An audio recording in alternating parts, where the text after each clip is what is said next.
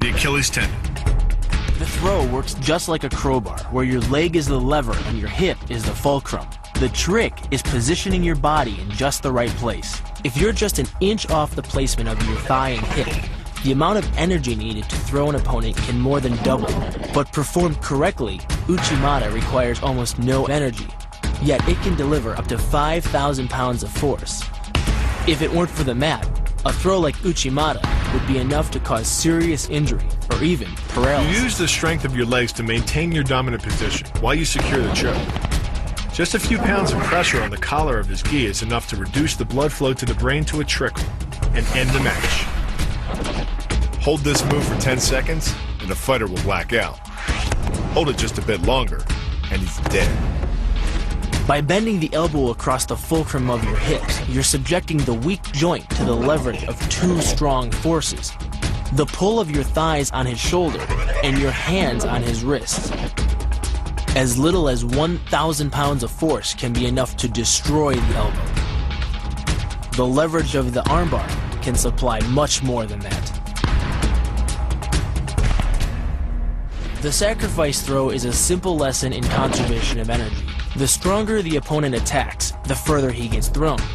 It works like a catapult, where your opponent's momentum supplies the counterweight. The faster he's going, the further he's going to fly. And the harder he's going to land. That land with the side, ball, or top of the foot. The gastrizin uses the heel to deliver the blow. This alignment of the heel, ankle, lower leg complex channels some 2,000 pounds of force into the opponent. More than enough to break a baseball bat. The higher you can lift your opponent in this move, the faster he'll hit the ground. It's not just your force working against him. His acceleration due to gravity can mean his head hits the ground with a 3,500-pound impact. On a hard surface like concrete, this is more than enough to cause a serious brain injury. First, the opponent's arm works as a lever to optimize your control. Second, your own back serves as a pivot point for the throw. The strength and stability of your back allows you to throw a much heavier opponent than in a move that requires you to lift him. This move uses your opponent's arm as a lever working against him. The greater the torque on his shoulder, the greater the pain inflicted. And exceeding the joint's normal range of motion causes more than just pain. The soft tissue, muscles, and the bone can all be seriously damaged by this pressure. The goal of this lock is to stretch the tendons at the top of the foot to the breaking point. The strongest tendons have a tensile force threshold of just over 400 pounds. Applying any more pressure than that can tear the tendons from their base or snap them in two. Because you don't have time to cock your arm in a surprise attack, bursting's effectiveness doesn't come from the rotational power of the torso. Instead, it's driven by the legs, which hurl you forward into your opponent. Both the block and the strike land with 300 pounds of force, more than enough to collapse the windpipe or fracture the delicate bones of the face. Doing the 360 defense requires you keep your body in motion at all times, using your arms to defend different angles of attack. The key is keeping your arms at an oblique angle, with your hands open and straight, so that you don't take any blows straight on. Each is deflected down the angle of your forearm, which reduces its impact. Your opponent is relying on his grip strength and outstretched arms to maintain the choke.